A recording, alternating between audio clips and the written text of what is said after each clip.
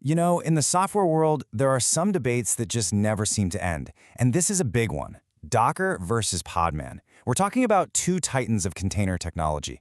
But here's the thing, they operate on fundamentally different philosophies. So which one is right for you? Well, let's dive in and find out. Okay, so if you've ever written a line of code, you've probably heard this one, right?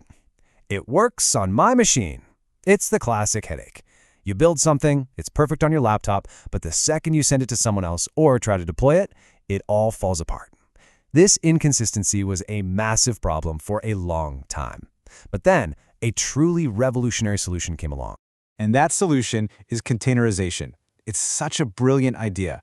Just think of it like this. You're putting your entire app, the code, the libraries, all of it, into a standardized, perfectly sealed box. This little box, this container, can then be shipped and run anywhere, and it's guaranteed to work exactly the same way every single time. It was a game changer, and one company's name basically became a synonym for the whole concept. And of course, that company was Docker. When Docker hit the scene back in 2013, it didn't just change the game, it created a whole new one. It took these super complex ideas from Linux containers and wrapped them up in a package that was simple, intuitive, and just easy. Suddenly, containerization wasn't just for experts anymore, it was for everyone. So how did they pull it off? What was the secret sauce? Well, the real magic behind Docker, what made it so user-friendly, was its client-server architecture. On one side, you've got the simple commands you type in your terminal. And on the other, there's this powerful, always-on background service, a central brain, really, that does all the heavy lifting for you. Let's break that down. You, the developer, type a command like docker run into the client. That command doesn't actually do anything on its own. It just sends a message over to the Docker daemon. Now the daemon, think of it as the all-powerful superintendent of an apartment building. It has the master key. It's this single powerful process running with the highest possible permissions. We're talking root privileges, and it manages everything. Building images, running containers, handling the network, you name it. And it's incredibly convenient. But, and this is a big but, that brilliant design also created its biggest weakness. Having that all-powerful superintendent with the master key makes things easy for sure, but it also becomes a really, really tempting target. What happens if someone gets a hold of that key? So a couple of major issues started to bubble up. First, security.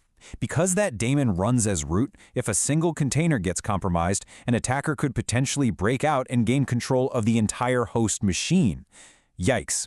And second, it's a single point of failure. If that one daemon process crashes for any reason, all of your running containers can go down right along with it. These concerns really paved the way for a whole new approach. And all of this set the stage for our challenger to appear. And that challenger is Podman. It was developed by engineers over at Red Hat, and it was designed from the ground up with a completely different philosophy, specifically to tackle these architectural problems in Docker. See, Podman's philosophy is built on two core principles right from the start, being Daemonless and Rootless. What does that mean? It means it completely gets rid of that central superintendent, that single point of failure. And it's designed from day one to work without needing that all-powerful master key of root access. And this analogy here just nails the difference. Think about it. Docker's daemon is like a central air traffic control tower for an airport. If that tower goes offline, it creates chaos for every single plane. Podman, on the other hand, is Daemonless. It's more like giving each plane its own independent pilot. Each container is just a normal process, managed directly by you, which totally eliminates that single point of failure. All right, so we've met the players. We have the Titan, Docker, and the modern challenger, Podman. Let's really put them head-to-head and see how they stack up on the things that really matter. This table, right here, lays it all out perfectly. Just look at the contrast. You see Docker's centralized daemon right next to Podman's independent processes. You see the security model, root by default versus rootless being native. It's clear that Podman was explicitly designed to dodge the very issues, the single point of failure and the security risks that come with having a central root-powered daemon. Okay, I really want to zoom in on this term, rootless, because this is Podman's secret sauce. It's its killer feature. It means that even if an app inside the container thinks it's the all-powerful root user, the host operating system knows better. It knows it's actually just a regular, unprivileged user. So what happens if an attacker breaks out of that container? Well, they can't do much of anything. They're just a regular user with no special powers. And listen, This isn't just theory. We're talking real numbers here.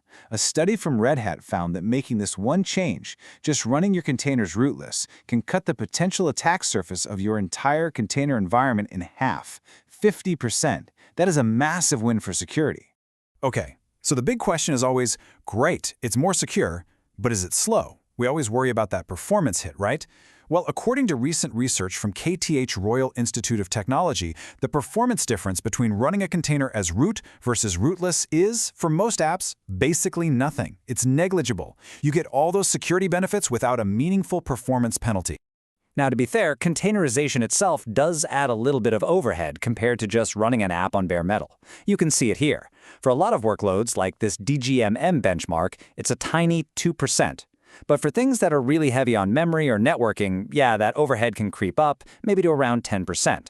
So the key takeaway is, the choice between root or rootless doesn't really affect your performance. The choice to use a container at all has a small cost. Okay, so security folks and ops teams are probably loving this, right? But what about the developers? The people who've spent years getting that Docker run muscle memory. Well, here's the genius part. Podman was designed to be a drop-in replacement. For most of the common commands, you can literally just type Podman instead of Docker. Or even better, just create a simple alias, and all your existing scripts and workflows will work without a hitch. All right, so we've been through the architecture, the security, the performance. The big question remains, which one is for you? As always, it really just depends on what you care about most. Look, you should probably stick with Docker if you're all about speed and convenience.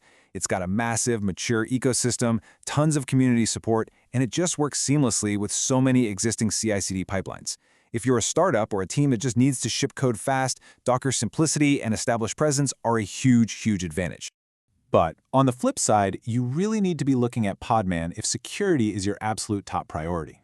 If you're working in a regulated industry like finance or healthcare, or if you're running stuff in a shared environment like a big computing cluster, Podman's rootless, Daemonless design gives you a layer of security that Docker, by default, just can't quite match. And that really brings us to the big picture question here, doesn't it? Docker built the container world that we all live in today, no question. But Podman represents a pretty clear evolution toward a more secure, more decentralized model. And as security threats get more intense and our systems get more complex, you have to ask yourself, is the future of containers Daemonless? It's definitely something to think about.